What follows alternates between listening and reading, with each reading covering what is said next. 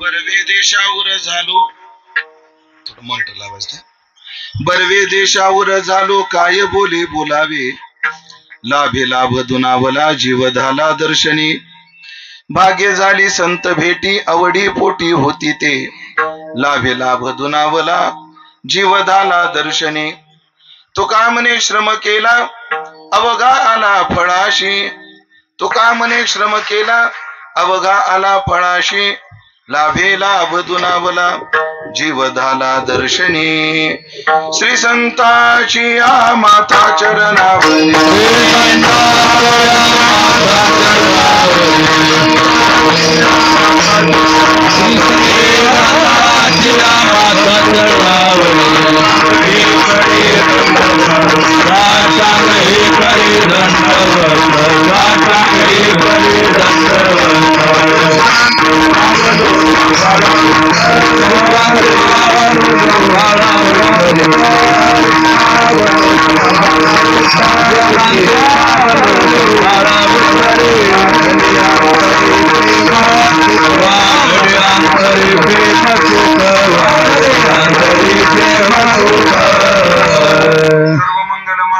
शिवे सर्वार्थ साधिके शरण्य त्र्यंबके गौरी नारायणी नमोस्तुते नमो सद्गुरु तुकया ज्ञान दीपा नमो सद्गुरु सच्चिदानंद रूपा नमो सद्गुरु भक्त कल्याण मूर्ती नमो सद्गुरु भास्करा पूर्ण कीर्ती सेवे लागे सेवक झालो तुमच्या लागलो निज चरणा अहो स्वामी तुकया देवा यावरी न करावा अवेर संपाद्य ज्ञानंच विदाय भक्तिम विलोकितो येन समाधिराज वैराग्यवंतं सुविचारयुक्तं नमामि जोगं शिरसा गुरुंतं जयांचे केलिया स्मरण होय सकळ विद्यांचे अधिकरण तेच वंदो श्री चरण श्री गुरूंचे ते नमस्कारोनी आता बर्वे देशावर झालो काय बोले बोलावे लाभे लाभ दुनावला जीव झाला दर्शनी सेवेकरता निवडलेला अभंग संत श्रेष्ठ जगद्गुरु श्री तुकाराम महाराज यांचा 4 चरणाचा अत्यंत गोड सुंदर प्रसिद्ध असा हा अभंग असून या अभंगातून जगद्गुरु श्री तुकोबाराय संत भेटीत आपल्या जीवनात जे परिवर्तन झालं त्या परिवर्तनाचा परिहार देणारा गोड अभंग आहे. विठ्ठला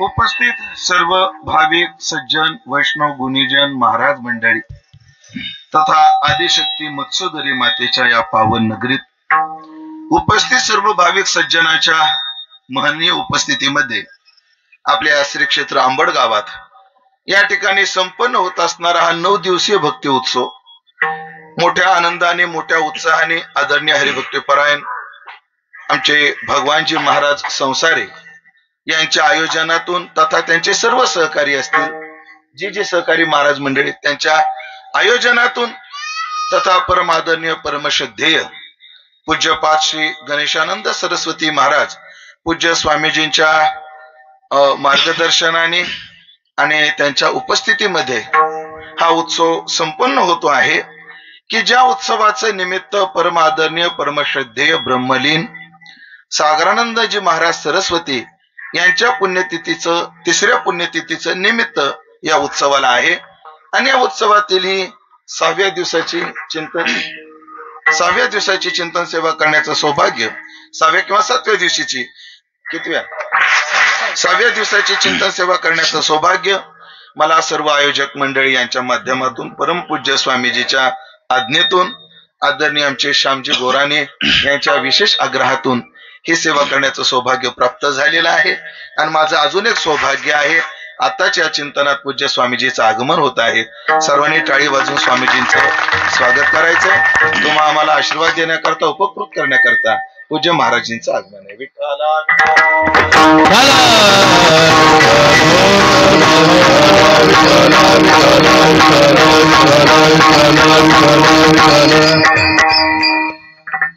पूज्य महाराजांचं आगमन आहे आणि त्यांच्या उपस्थितीत ही सेवा करण्याचं सौभाग्य आहे. आपण ज्या निमित्ताने हा उत्सव करत आहोत ते निमित्त आहे ब्रह्मलीन परमपूज्य प्रातस्मरणीय सागरानंदजी सरस्वती महाराज यांच्या पुण्यतिथीचे निमित्त आहे. काय होतं हे जीवन? खर तर फार उंचीचं जीवन होतं पूज्य महाराजांचा. मी नाशिक जिल्ह्यामध्ये जन्माला आलो मराठवाड्यात, पण मला वटीत घातले पश्चिम महाराष्ट्राच्या. नाशिक भागामध्ये खूप कार्यक्रम सेवा करण्याचे योग, अनेक उत्सवामध्ये मला स्वामीजींबरोबर उपस्थित राहण्याचं सौभाग्य प्राप्त झालं. त्र्यंबक असेल, नाशिक असेल, सगळाच तो परिसर. आणि जेव्हा जेव्हा स्वामीजींच्या जवळ बसलो, खर तर प्रतिष्ठेने, उपाधीने, विद्वत्तेने, साधुत्वाने हिमालयाच्या उंचीचे आणि सागराच्या खोलीचे महाराज म्हणजे पूज्य सागरानंद सरस्वतीजी. खर तर त्यांना उपाधी सुद्धा खूप चांगली होती. सागरानंद ही त्यांची काय आहे? उपाधी आहे. साधूचं नाव नसतं, साधूला उपाधी असते. हो, कारण साधूला बाप म्हणणं सुद्धा ज्ञानोबराय सहन करत नाहीत. ज्ञानोबराय म्हणतात, सद्गुरुनाथा तुम्हाला बाप तरी कसा म्हणू मी? सद्गुरूने विचारलं, मला बाप म्हणायला काय अडचण आहे? म्हणजे तुम्हाला बाप म्हणायला अडचण एक आहे, बिंबोपाधी होय विटाळू येत. 18व्या अध्यायामध्ये पहा. म्हणजे तुम्हाला लेकरू आहे ही तरी उपाधी लागते बाप म्हणल्यानंतर, पण तुम्ही त्याही उपाधीच्या परे आहात, त्याच्याही पलीकडे आहात. म्हणून साधूला नाव नसतं, साधूची काय असते? उपाधी असते. म्हणून पूज्यपाद महाराजांची उपाधी आहे सागरानंद. हो, म्हणजे सागरासारखी व्यापकता. महाराज प्रतिष्ठा सुद्धा साधू समाजात फार मोठी. मला वाटतं सगळ्या आखाडा परिषदेचे ते काय होते? सन्माननीय अध्यक्ष होते पूज्य महाराष्ट्री. म्हणजे साधुत्व तेवढंच, उपाधी तेवढीच. पण सगळं जरी असलं तर बोलण्यात साधेपणा आणि वागण्यात सरळपणा आणि एवढा उंचीचा महात्मा एवढा नम्र असू शकतो. हो, नाहीतर एवढ्या उंचीचा महात्मा फार नम्र असतो. पण एवढ्या उंचीचा महात्मा एवढा नम्र असतो. हे प्रत्यय आम्हाला फक्त स्वामीजी जवळ बसल्यावर यायचं. आणि ज्ञानोबरायच्या ओव्या कधी सार्थ व्हायच्या? त्या ओव्या नमस्यंतः या पदावर ज्ञानोबरायचं बोलणं आहे. फळल्या तरुची शाखा सहजे भूमीसे उत्तरे देखा, तैसे भूत मात्र आशेखा खालावती ते उंची उदक पडले ते तळवटी उगले. ज्ञानोबराय म्हणतात, उंचावर पडलेलं पाणी स्वभावतः खाली येतं. फळलेल्या एखाद्या झाडाला जर फळं लागली तर त्याच्या शाखा स्वभावतः खाली येतात. तसं साधू जेव्हा भूतमात्र आशेखांना जेव्हा आपलंसं म्हणतो ना, तेव्हा ते त्यांचं नाटक नसतं, तर त्यांचा स्वभाव असतो. आणि या ओव्याना अर्थ कधी मिळायचा? कधी मिळतो? जेव्हा पूज्यपाद स्वामीजी सारख्या साधू जवळ बसल्यावर मग या ओव्यांचा अर्थ लागतो. पूज्य महाराष्ट्रीजींचं जीवन फार उंचीचं.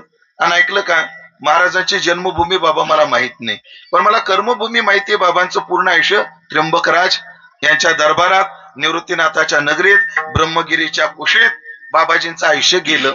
पण ऐकलं का, मग बाबा त्र्यंबकला राहिले, तिथं कार्य केलं, आंबेडकरांनी कशाला त्यांची पुण्यतिथी करायची? तर त्याचं उत्तर आहे, साधू एका भागाचा नसतो, साधू एका गावाचा नसतो. आणि सध्या बोलावं लागते म्हणून बोलतोय, साधू एका जातीचा नसतो, साधू विश्वाचा असतो, साधू सर्वांचा असतो. म्हणून पूज्यपाद सागरानंदजी महाराज यांनी कार्य कोण्या भागात केलं, कोण्या भागात ते राहिले, हे मायने ठेवत नाही. त्यांनी केलेलं कार्य हे धर्माचं कार्य आहे आणि धर्म सगळ्यांची धारणा करतो.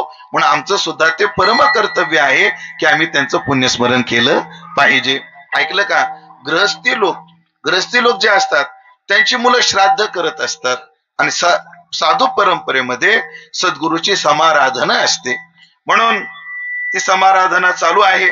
आणि सगळ्यात महत्वाचं की हा उत्सव होत असताना त्यांचा सहवास, त्यांचं शिष्यत्व ज्यांना लाभलं आणि ज्यांनी सार्थ करून दाखवलं असे पूज्यपाद गणेशानंदजी सरस्वती महाराज, पूज्य महाराजांची प्रेरणा आहे, मार्गदर्शन आहे आणि या कार्याला प्राप्त झालेलं हे रूप आहे.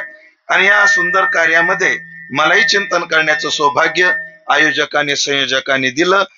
त्यांचे आभार मानतो आणि सेवेला पूर्ण नाही गडी वाटत आपल्या चिंतन सेवेला सुरुवात करतो.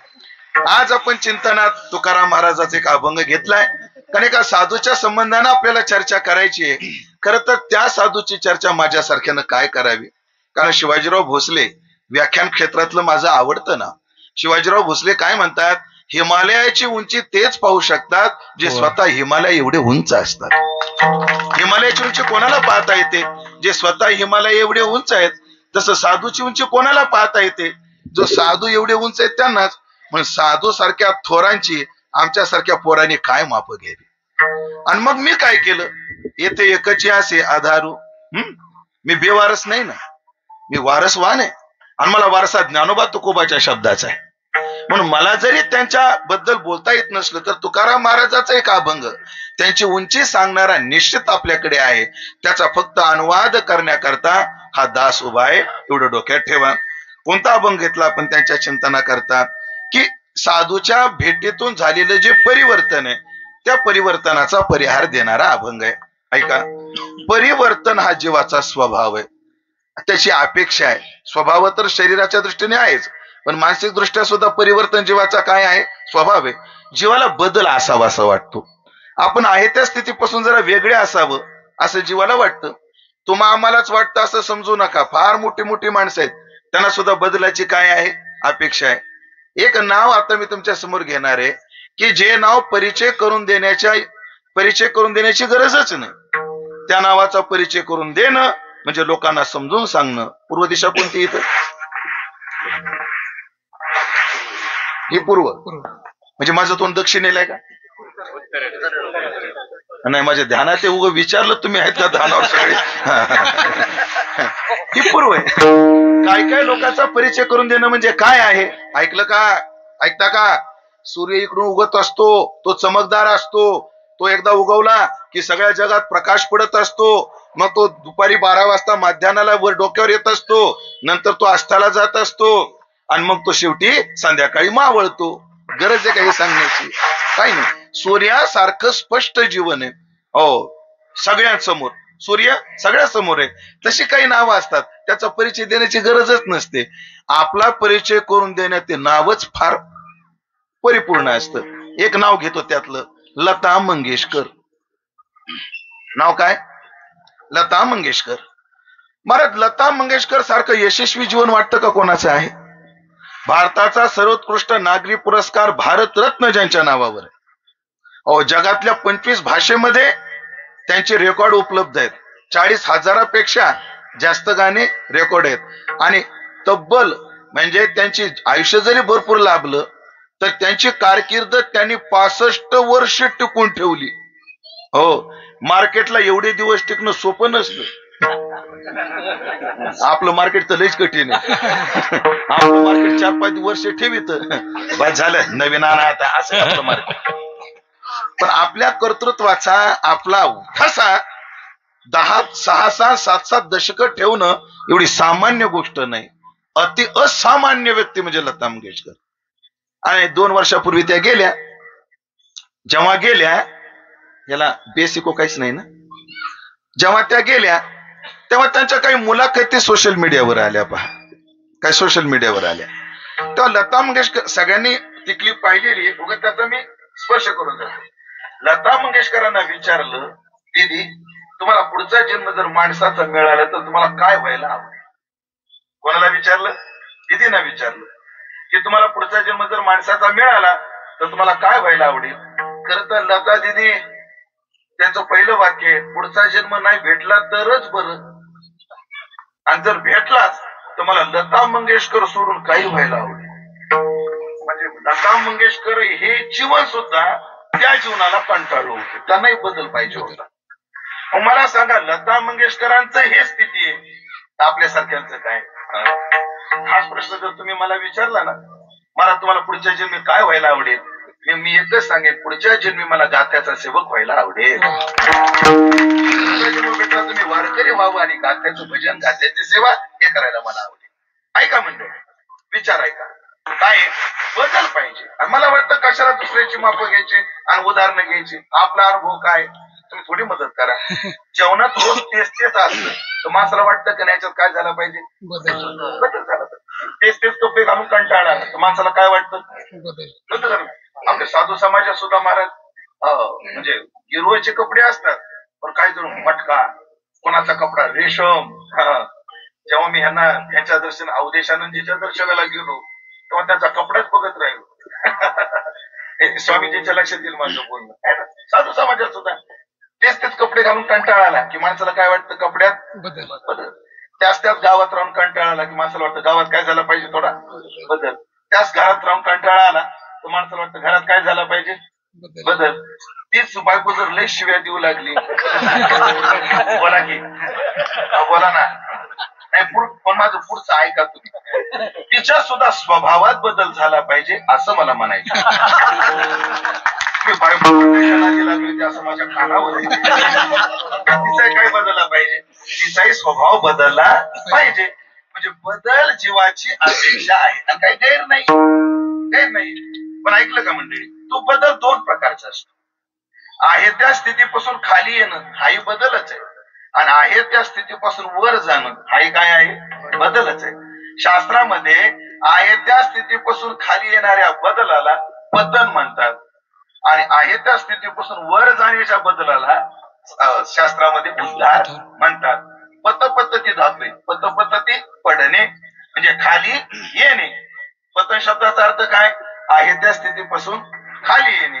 आणि उद्हरती, उधा उपसर्ग लावून हृहरती धातू आहे, म्हणजे जे वर खेचतो, तो वर नेतो, त्याला काय म्हणतात, उद्धार. म्हणजे आहे त्या स्थितीपासून खाली येणाऱ्या बदलाला पतन ही संज्ञा आहे, आणि आहे त्या स्थितीपासून वर जाणाऱ्या बदलाला उद्धार ही संज्ञा आहे. विषयांतर होईल, पण एक चिंतन गोडे म्हणून मांडून जातो.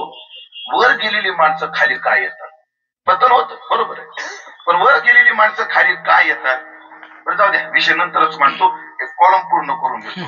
म्हणजे आहे त्या स्थितीपासून वर जाणं हा उद्धारात्मक बदल आहे, आणि आहे त्या स्थितीपासून खाली येणं हा पतनात्मक बदल आहे. माणसाने खाली यावं का वर जावं, हे बघा तुला विचारतो, 10वीला जर 80% पडले तर 12वीला किती पडावे, 100. अपेक्षा भारीत राहायचं, 100 काढते काय की नंबर यावरच्या असं वाटायला, वर जावं. आता का 10वीला किती होते, 80, 12वीला 40. असं नाही, माणसाचे जीवन प्रगतशील असावं आणि ऊर्ध्वगामी असावं. म्हणून जीवनामध्ये पतन आणि जीवनामध्ये उद्धार हे दोन्ही जरी बदल असले तर माणसाने कोणत्या बदलाची अपेक्षा करावी, मी आहे त्या स्थितीपासून वर गेलो पाहिजे. दोन उदाहरणं देतो भागवतातले. मला वाटतं तिथं पौसे महाराज या ठिकाणी भागवत कथाची रामकथा आहे, भागवत कथा आहे, तिथं भागवत कथा चालू आहे. भागवत कथेमध्ये एक पतनाचं उदाहरण येतं. कोण, दशग्रंथी ब्राह्मण समिधा आणायला जातो आणि नको ते दृश्य पाहतो आणि आजामिल बनतो. होता कोण, दशग्रंथी. दशग्रंथी कोणाला म्हणतात, सगळे लोक डोक्यात असे त्या म्हणजे सगळे लोक म्हणतात 6 शास्त्र आणि 4 वेद ज्याला पाठ आहेत त्याला दशग्रंथी म्हणतात. पण शास्त्रीय संज्ञेत दशग्रंथीची ही संकल्पना नाही.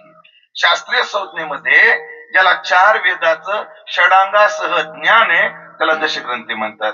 वेदाचे सांग, निरुक्त, छंद, व्याकरण असे जे सांग आहेत, ज्योतिष हे सांग आहेत, आणि या सांगासह ज्याला 4 वेदाचं ज्ञान आहे त्याला दशग्रंथी ब्राह्मण म्हणतात. असा ब्राह्मण होता.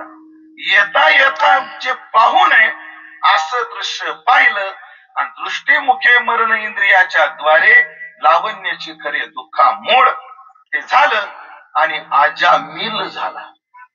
अजामिल शब्दाचा अर्थ काय? अजा म्हणजे शेळी.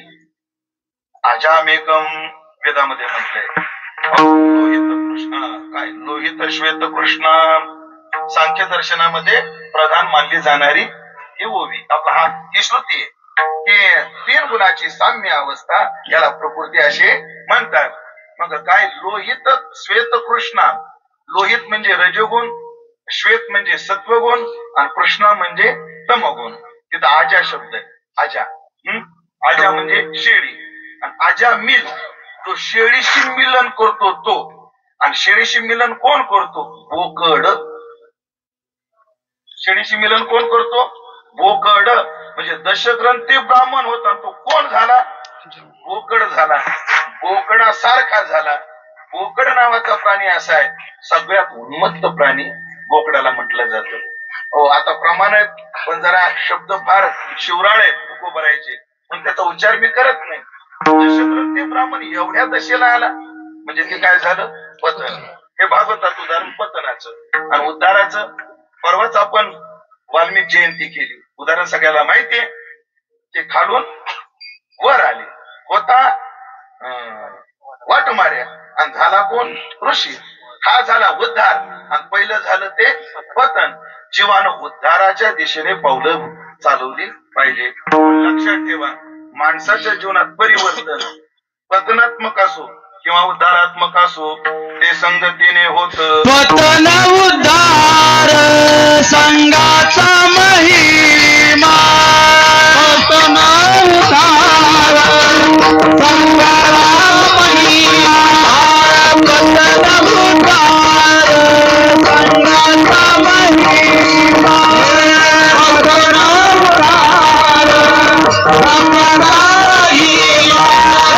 पतन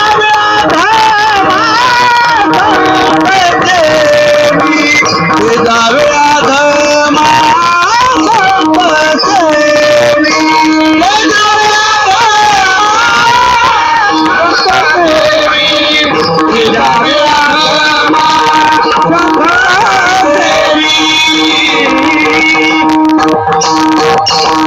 माणसाच्या जीवनात पतन सुद्धा संगतीनेच होतं आणि उद्धार सुद्धा माणसाच्या जीवनात संगतीने होतो. म्हणून आम्हाला तुकोबाराय म्हटले आदमाच्या संगतीत पतन आहे त्याच्यावे आणि सत्पुरुषाच्या संगतीत उद्धार आहे. काय पतन उद्धार संघाचा महिमा त्याच्यावे आदमा संत सेवी साधूची सेवा केली पाहिजे. काय एक उदाहरण सांगतो महाराज राम महाराज संस्थेतलं. मी संस्थेत जेव्हा पहिल्या वर्षाला होतो तर एक आडनाव त्यांचं ठोके आडनाव ठोके असा जहाल माणूस होता महाराज. त्यांचं प्रॅक्टिसचं कीर्तन मला आठवत.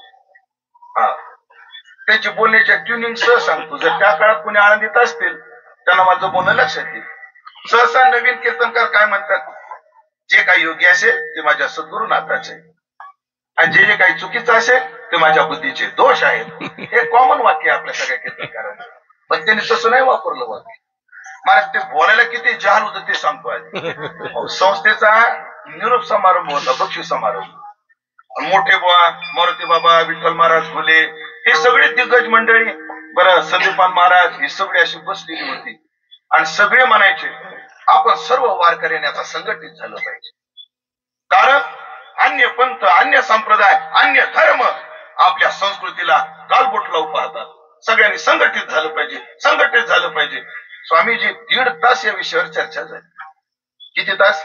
1.5 तास. आता बक्षीस समारंभ करायचा सगळ्याला निरोप द्यायचा इथपर्यंत आलं तो ठोके भाऊ म्हणला मला थोडं बोलायचं.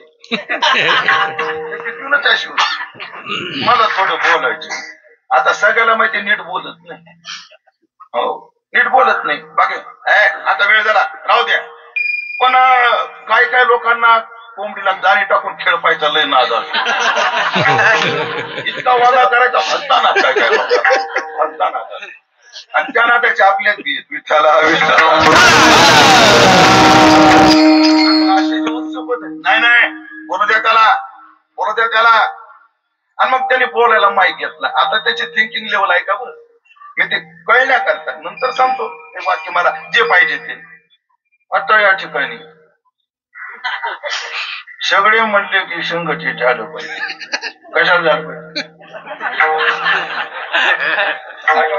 वाक्य त्याचं सगळे म्हणतात संघटित झालं पाहिजे. कशाला झालं पाहिजे? ऐकलं का?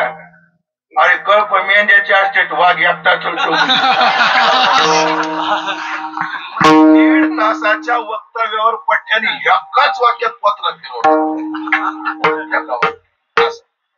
त्यांचं त्या महाराजांचं मला प्रॅक्टिसचं कीर्तन लय आठवतं. त्यातलं शेवटचं वाक्य लय आवडतं. ते सगळं कीर्तन झालं आणि कीर्तनाच्या समारोपात त्यांनी काय वाक्य वापरलं आहे का आतापर्यंत? मी जे जे चांगलं बोललो त्या आयुष्याचे चांगली माणसं भेटले का त्यांच्या संख्येचा परिणाम, आणि जे जे चुकीचं बोललो माझ्या जीवनाचे मोकार भेटले ना त्यांच्या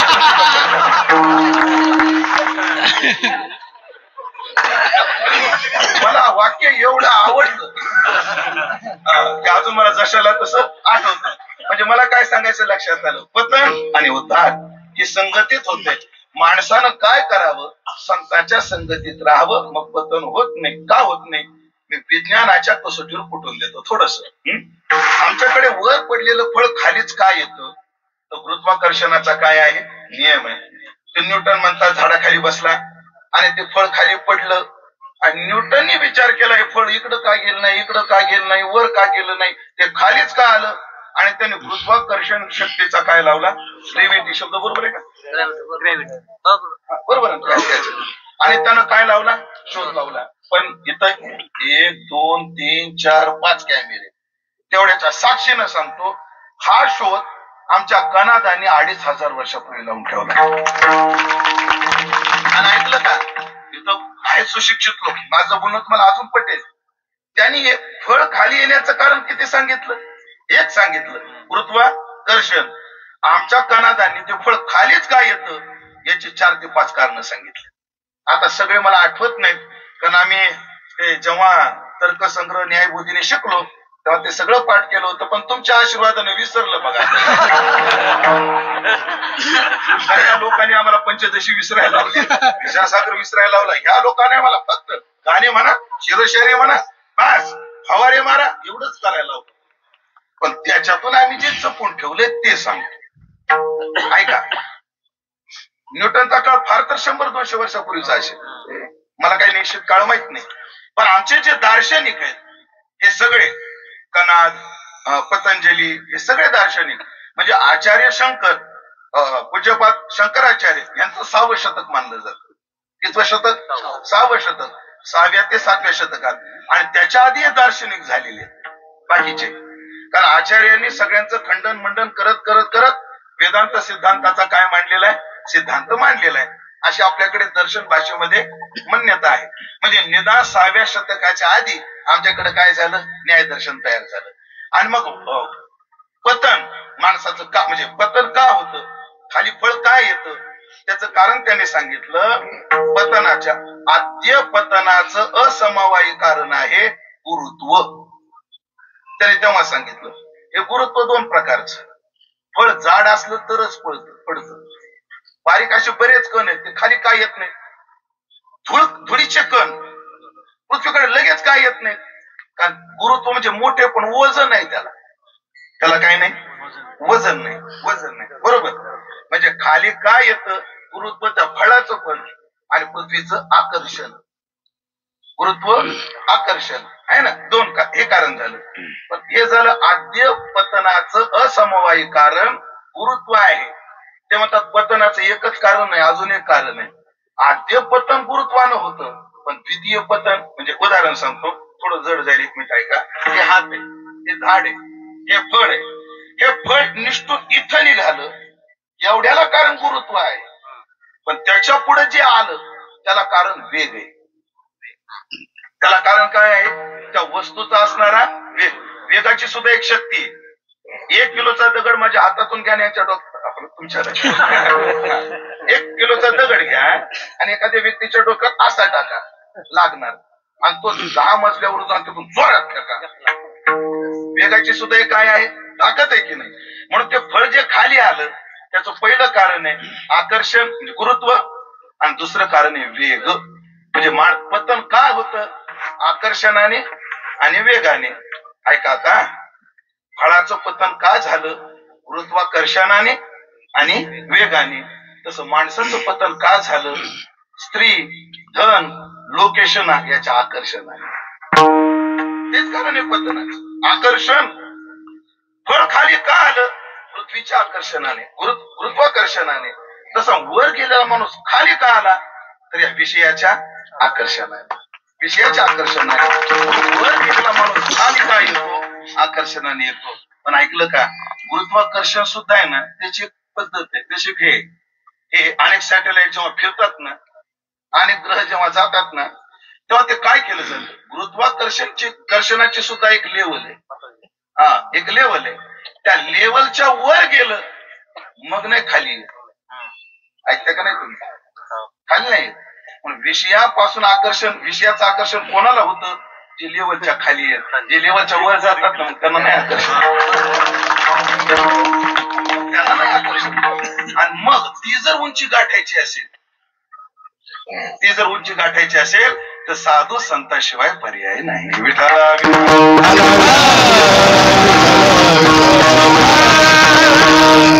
तुमच्या अनुभवातून एक उदाहरण देतो. माणसाला विषयात घालायला हजारो आहेत, पण विषयातून काढायला साधूच आहे. ध्यानात ठेवा. उदाहरण देऊ याला. कोणाशी संवाद करू? थोडासा संवादाला एक व्यक्ती पाहिजे. हो, तुमच्याशी करू 2 मिनिटं संवाद. 2च मिनिटं. तुमचं नाव काय? शिवाजी बोल. लग्न झाले? वय काय तुमचं? 46. लग्न होऊन किती दिवस झाले? 22 वर्ष. द्वितपपूर्ती 2 वर्षावर आले. 22 वर्षापूर्वी तुमचं काय झालं? लग्न झालं. खरं सांगा शिवाजी भाऊ, तो दिवस आठवतो का? पक्का आठवतो? 22 वर्षापूर्वी तुमचं लग्न झालं, तो दिवस आठवतो ना तुम्हाला शिवाजी भाऊ? मला एक सांगा, तुमच्या लग्नाला किती माणसं होती? आठवत असते तर 1000-2000 होते. मग ऐका शिवाजी भाऊ, तुम्हाला संसारात गुंतवाय 2000 आले होते.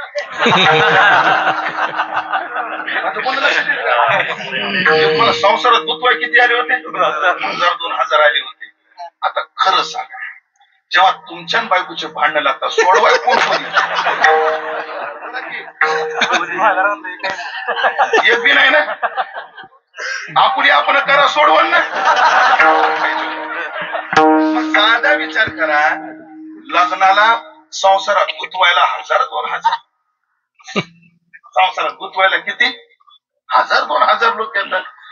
ज्याच्या त्याच्या प्रतिष्ठित 1000 धरू आपण 2 मिनिटासाठी. आपलं शिवाजी भाऊच उदाहरण डोळ्यासमोर ठेवू. गुंतवायला 1000 संसारात, गुंतवायला 1000, सोडवायला कोणी नाही. मग मला सांगा, बायकोच आपलं भांडण, आपलं म्हणजे मला बायको नाही पण त्यांच्या त्यांना सांगायला, म्हणजे संसारातल्या अडचणी सोडवायला कोणी येत नाही, म्हणजे बायकोच्या तडाख्यातून सोडवायला कोणी येत नाही, ते लोक मायेच्या तडाख्यातून सोडवा येतील का?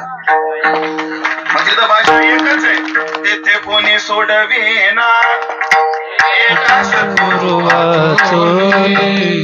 साधू शिवाय कोणी सोडवत नाही. माणसाने नादी कोणाच्या लावावं? बुद्धिवणाऱ्याच्या का सोडवणाऱ्या? तुमचा विचार काय? गुंतवतो त्याच्या नादी लागायचं का तू सोडवतो त्याच्या नादी लागायचं? मला तुमचं काय मत आहे? बोला ना, बोला. सोडवणाऱ्याच्या ना, मग बसा महाराजाच्या गाडीत किंवा माझ्या गाडीत. हे सगळं तुम्हाला बुद्धी देऊन ध्यानात राहू द्या. तयारी दे. असं आहे ते राहुल महाराज. ऐका, खरंच खरं नाही. पटवून देऊ का तुम्हाला? ज्यांचं लग्न झालंय त्यांनी हात वर करा.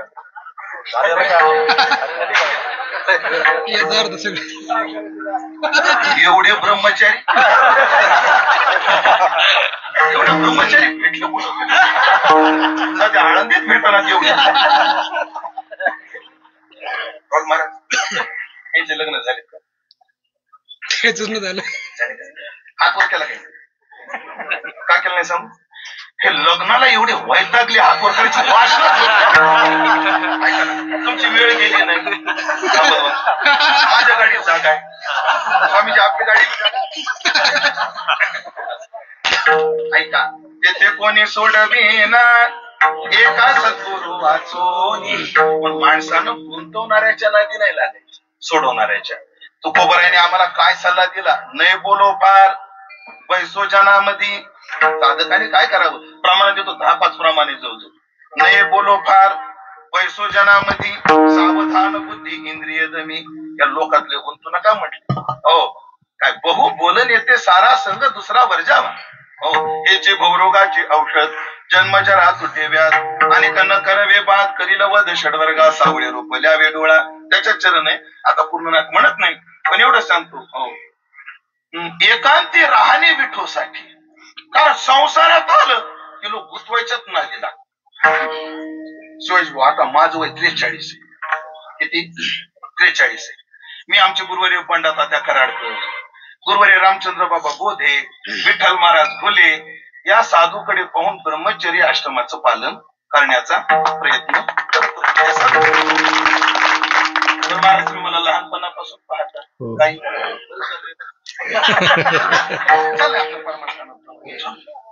संसाराच्या लोकांना देखवत नाही.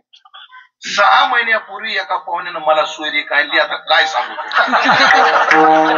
खरंच कीर्तना सांगण्याजोगं नाही पण विषय निघाला म्हणून सांगतो. त्याला म्हणलं पाहुणे नाजीत नाही टाकू.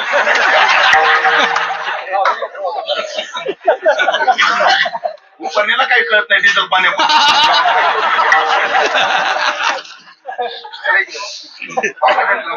मला म्हणतो कसा महाराज सोयरी काढली. अहो तुम्हाला कळतं का काय? माझं वय 43 आहे, तिचं बी 39 आहे.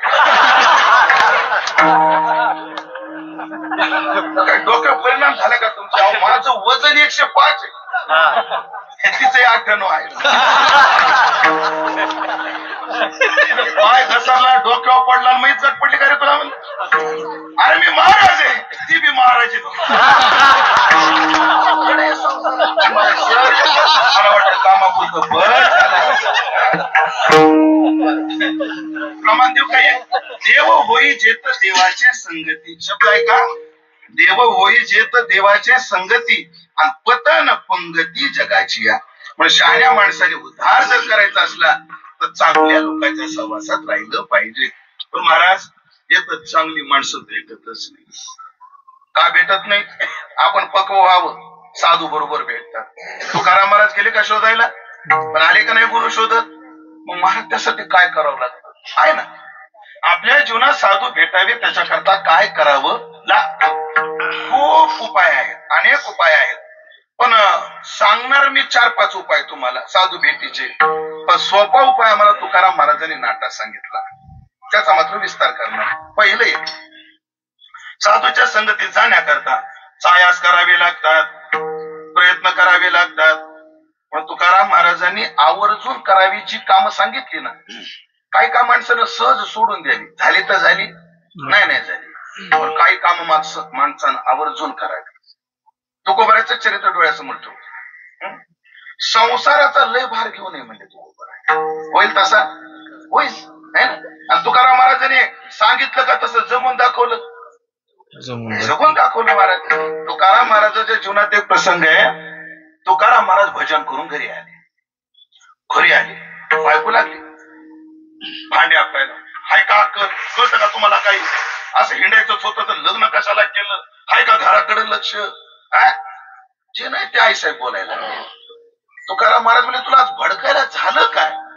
तुम्हाला काय हिंडता म्हणे या डोंगरावर त्या डोंगरावर, घरात मला बघावं लागत. आता पण झालं काय?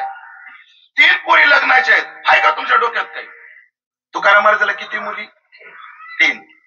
सगळ्यात मोठ्या एक काशीबाई, एक गंगाबाई आणि भागीरथीबाई. नाव सुद्धा किती गोड आहे. काशीबाई, गंगाबाई, भागीरथीबाई. आता नवीन नाव लयच कठीण. त्रिशा, जिगीषा, किया. नाशिकला गेलो असं म्हणजे पाहिजे तुझं पुरीचं नाव किया. मला एक प्रश्न फार मोठा पडला. काय प्रश्न आहे? मी जर आता तुम्हाला विचारलं ना, भाऊ तुमच्या आजीचं नाव काय, तर तुम्ही सांगाल काय नाव आहे आजीचं? तुमच्या आजीचं नाव वडिलाची आई किंवा आईची आई. काय हरकत नाही. तुमच्या आजीचं नाव तुम्हाला सांगते. तुमच्या आजीचं नाव काय नाव? लक्ष्मीबाई. तुमच्या आजीचं नाव हौसाबाई. माझ्या आजीचं नाव केशरबाई. अजून 50-60 वर्ष जेव्हा जाते आणि असं जर कीर्तनकारांनी प्रश्न विचारला तुझ्या आजीचं नाव काय? किया आजी. विजिकिशा आजी. आर्यन आजोबा. कसं वाटत जोपर्यंत आपण राहत नाही तो भाग सोडून दे. कठीणच आहे भविष्य. अगदी येत नाही. बघा काहीतरी आयुष्यात बोलायचं. बघा बरं किती सहजता आहे साधूच्या संसारात. किती सहजता आहे. थांब म्हणजे पुढच्या लग्नाचं टेन्शन तुला. थांब. बाहेर गेले असे पोरं खेळत होते दिवाळीच्या सुट्टीला आलेले. काय रे तुझं नाव काय? म्हणजे मालजी. आडनाव काय? गाडे. कोण्या गावचा आहे? येलवाडीचा. हाय आपल्या सोयऱ्याचा. आणि चल ये. तुझं रे? जांभूळकर. तू कोण रे? चितळकर. 3 पोरं घरात आणली. लगेच हळद लावली. दुसऱ्या दिवशी ब्राह्मण बोलवला. एकाच दिवशी घरातल्या घरात 3 पोरीचे लग्न लावून दिले. झालं काय टेन्शन कमी. किती सहज ते नो. इथं माणसाला एकच आहे. लग्न कधी होईल? लग्न कधी? कसं होईल? काय होईल? किती त्रास आहे आपला. पुरीच्या लग्नाचं टेन्शनच घेऊ नका. फक्त मला सांगा पुरीचं लग्न करायचं. 100 नवर देऊ येतो उभे करतो. 25 तर उभेच आहे. थोडेफार अवघड आहे. संसार सहजतेनं होतो. सायासाने परमार्थ करावा. प्रमाण देतो. जनमित्र होई सकळांचा सायासान. अशुभ न बोलावी वाचा सायासान. संग न करावा दुर्जनाचा सायासान. आणि करी संताचा सायास आणि संत संगतीचा सायास करावा. पण सायास काय? ज्ञानेश्वरीतला प्रवास आहे का? जिथं विषयाची दाट झाडी माझी काम क्रोधाची साखडी चुकावणी आला पहाडी सदवासनेच्या. विषयाच्या दाट झाडीमध्ये काम क्रोधादी सावजांचा पाठला चुकवत सदवासनेच्या पहाडावर यावं लागतं. नंतर चुकावणी आला पहाडी सदवासनेच्या. मग साधू संगे सुभटा. सुभट म्हणजे चांगले बोलणारे. नमो विशद बोध विदग्धा. बोध विशद करून सांगण्यामध्ये चतुर असणारे. काय भक्तीच्या त्या वाटा मज दावाव्या सुभटा. जे पटून देण्यामध्ये पटाईत असणारे. मला पटून देण्यात सुद्धा माणूस काय पाहिजे? पटाईत पाहिजे. आम्ही ज्या काळात शिक्षण घेतलं तेव्हा 4थी पर्यंत इंग्रजी विषयच नव्हता आम्हाला. भाषा विषयातच आमचं शिक्षण 4थी पर्यंत. 5वी पासून मग ए फॉर ऍपल चालू व्हायचं आमचं.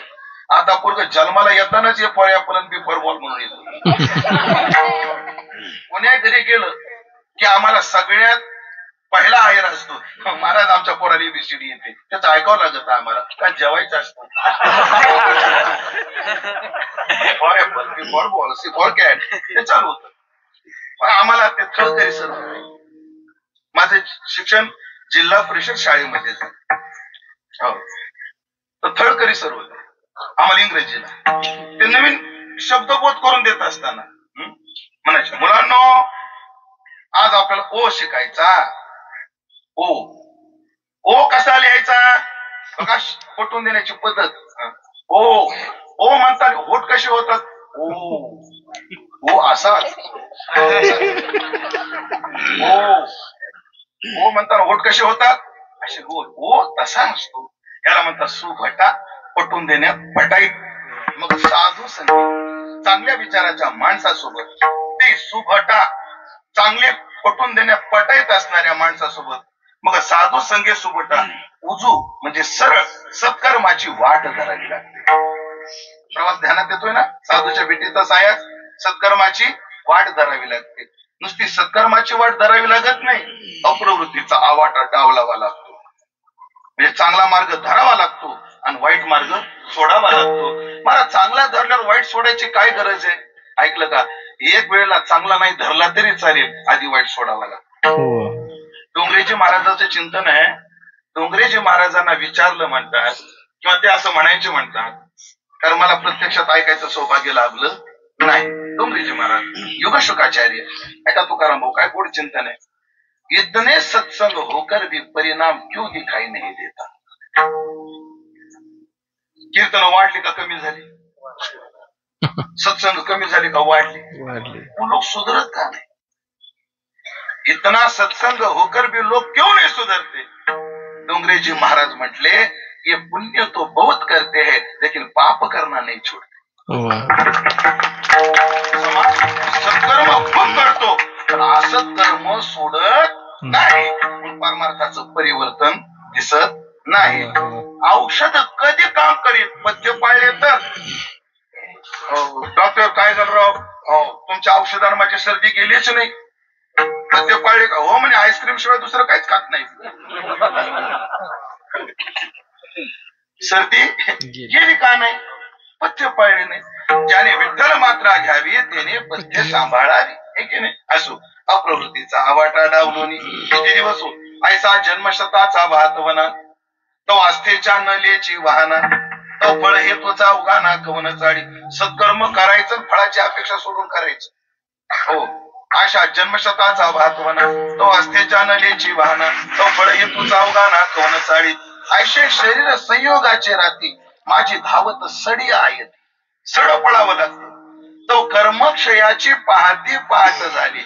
कर्मक्षयाची पहाट होते आणि कर्मक्षयाच्या पहाटेमध्ये तैसीच गुरु कृपा उखा उजळली. ऐकलं का? मग सद्गुरूची भेट होते. एवढा प्रवास आहे. महाराजाला सोपा नाही का? आहे सोपा. ह्याच्यापेक्षा सोपा आहे. अर्थ काम चाड नाही चित्तात. अर्थाची कामाची चाड सोडून द्यायची. अर्थ काम चाड नाही चित्ता. माना मान मोह माया मिथ्या. मान अपमान मोह माया हे मिथ्या आहे ही समजूत करून घ्यायची. वरते समाधानी. कशाही परिस्थितीमध्ये माणसानं समाधानी राहायचं. जाणून नेणता माणसानं जाणून नेणत व्हायचं. आणि एवढं त्यांनी म्हणायची तयारी केली की साधू भेट देते तया अवचितारे. मग त्याला साधू भेट देतात. महाराज हे बी खडतर सोपं नाही का? हो काही आहे ना, अजून सोपं आहे. अजून सोपं ऐकायचं. साधूच्या भेटीचे सायास अजून सोपे. काय करा? हो, तिळे तिळे पुण्य साचा पडे ते बहुता जन्मी जोडे. पुढं नाम तुझे वाचेसी आतुडे परिणाम समागम घडे संतांचा. चला, तिळा तिळानं पुण्य जमा करायचं. थेंबे थेंबे घडे साचे. बारक्या बारक्या गोष्टीतून पुण्य मिळवत आहे. तुम्हाला एक सांगू, पाप करायला त्रास होतो, पुण्य करायला त्रास नाही. खरं बोलायला त्रास आहे का खोटं बोलायला त्रास आहे? खोटं बोलायला. खरे बोलता कोण लागते सायास. मी आज नाशिकहून आलो. एवढं सहज सांगता येतं. पण मला सांग, मी आज नागपूरहून आलो हे सांगण्याकरता लय प्लॅनिंग करावं लागत. रात्री कोण कोण होतं त्यांचे स्टेटस बघावं लागतात. त्याने फोटो तर ठेवला नाही ना, कोणी फेसबुकवर काही टाकलं तर नाही ना, लय पाहावं लागत. झालं माझं बोलणं. खरं बोलायला त्रास, खोटं बोलायला त्रास. या माता मौलीनं छोटस विचार, सरळ बोलायला त्रास आहे का टोचून बोलायला त्रास आहे? टोचून बोलायला त्रास आहे. का बरं बोलता? सरळ बोलणं फार सोपं आहे. छोटस उदाहरण माझे गुरुजी सांगत असतात. सुनबाई तिनं सुंदर स्वयंपाक केला. मस्त मुगाचं वरण केलं आहे ना, तोंडी लावायला ठेचा केला, परत इथून कोरड्या भाज्या केल्या, गरम गरम भाताची मुद ठेवली आणि असं जेवायला दिलं डंगरीला, आपलं सासूला जेवायला दिलं. आणि गरम गरम चपाती भाजायची आणि कोणाच्या ताटात ठेवायची. डंगरी कोण म्हणलं? किती चांगली सोने, किती चांगली सोने. जेव्हा का नाही गुन्ह्या गोविंदाना. पण भाजीत पडलं होतं मीठ कमी. कशात? भाजीत मीठ कमी पडलं. सारा म्हणायचं, अगं सुनबाई भाजीत मीठ कमी पडलं ग, चिमुडभर मला दे, आमच्याभर पातेल्यात पण टाक. सरळ. म्हातारी तशी नाही बोलली. नातो अभ्यास करत होता. पळो काय करतो? आजी अभ्यास करतो. अभ्यास करून काय होतं रे? आजी डिग्री मिळते. डिग्री मिळाल्यावर काय होतं रे? आजी नोकरी लागली. त्या काळात डिग्री मिळाली की नोकऱ्या लागायच्या. नोकरी लागली. मग काय होतं रे? आजी पैसा मिळतो. मग बाळू ये कर, चांगला अभ्यास कर, डिग्री मिळव. ऐकताय ना तुम्ही? डिग्री मिळव, नोकरी कर, पैसा कमव. आणि एकदा तुझ्याकडे पैसा आला की मिठाचा पुडा घेऊन ये तुझ्या मायला आणून दे. आपल्याला भीक लागली घरात मिठच नाही आपली. लक्षात आलं याचा अर्थ आहे पुण्य करणं फार सरळ आहे, पाप करणं अवघड आहे. ऐकलं का? पाप करायला ठरवावं लागतं, पुण्य करायला ठरवायची गरजच नाही. सहज होत. म्हणून तिळे पुण्य साचा पडे, अशा छोट्या छोट्या गोष्टीतून पुण्य मिळवावं आणि त्याचा साठा करावा. आणि जर पुण्याचा साठा झाला मग काय होतं? बहुता सुकृताची जोडी, बहुता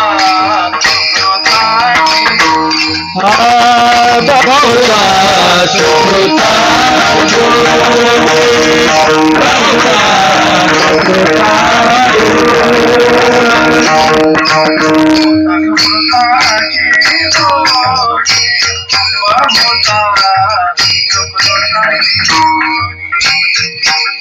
बहुत सुकृताची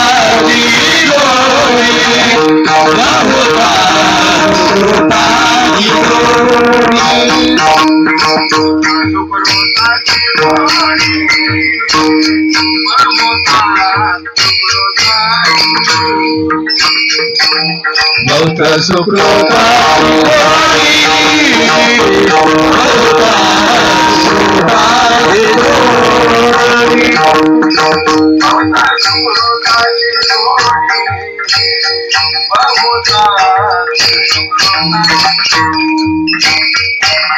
बहुत सुकृताची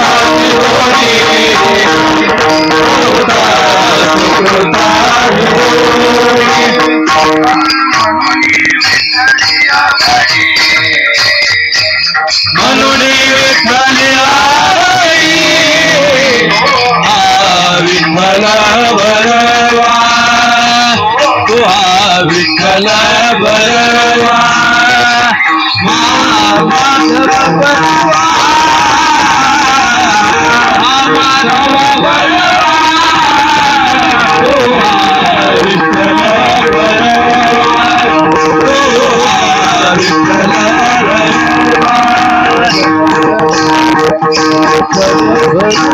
बहुता सुकृताची जोडी.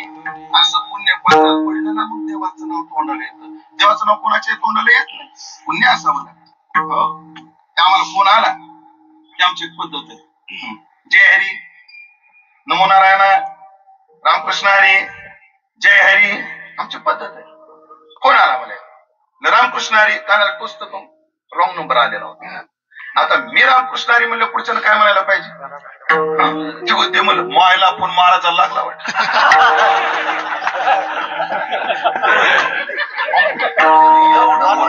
रामकृष्ण हरी नाही का म्हणला नाही? पुण्य लागतं त्याला, कोणाच्या वरात तोंडाला कसं पुण्य असलं मग नाम तुझे वाचेसी आतुडे.